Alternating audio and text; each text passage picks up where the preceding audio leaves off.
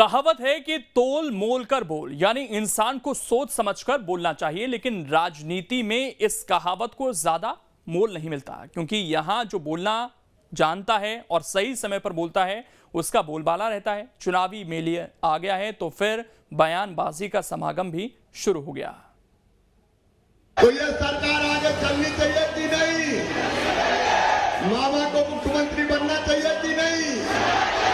गुरु का आदेश है कि गोपाल तुम्हें 3 चुनाव और लड़ना है और आगे बढ़ना है, इसके लिए गोपाल चुनाव लड़ते रहे। भारतीय जनता पार्टी की सरकार फिर से बनने वाली है। मैं खाली विधायक बनने नहीं आया हूँ, मेरे को और भी कुछ बड़ी जवाबदारी मिलेगी पार्टी की ओर से। चुनावी बेला में सियासतदानों के हर एक बोल के पीछे न्यूटन वाला बल होता है। जिन बयानों को हम यूं ही मान बैठने की भूल कर बैठते हैं, उन बयानों के मायने अक्सर काफी गहरे होते हैं। इन दिनों सीएम शिवराज सिंह चौहान के ऐसे ही कुछ बयान काफी वायरल हो रहे हैं। इनमें इमोशन है तो अपील भी है। ऐसा भैया मिलेगा नहीं, जब मैं चला जाऊंगा तब याद आऊंगा तुम्हें। मैंने मध्य प्रदेश में राजनीति की परिभाषा बदल दी। हमारे गरीब भाई बहनों, किसान भाई बहनों, आपने वर्षों तक देखा कांग्रेस का राज। बताओ कभी जनता की ऐसी चिंता होती थी क्या?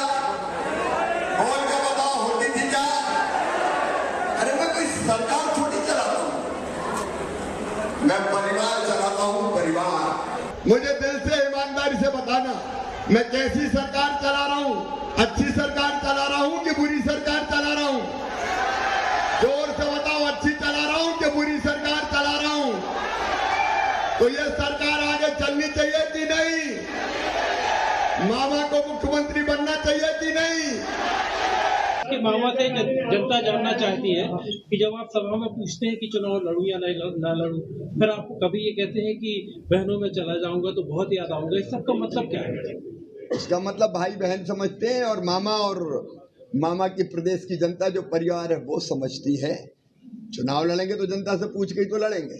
हम पूछते हैं लड़े क्या? नहीं लड़े, जनता कहती लड़ो।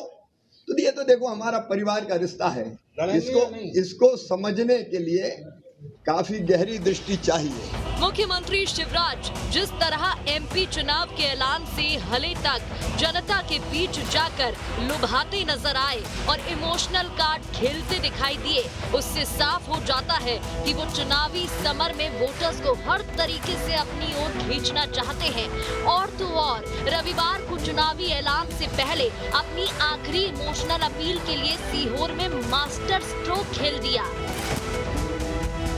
कई सब पुराने हमारे भाई बहन बुजुर्ग सबसे मुलाकात हुई और आज परिवार की यादें ताजा की, क्योंकि सरकार अगर चलाई तो परिवार की तरह सरकार चलाई।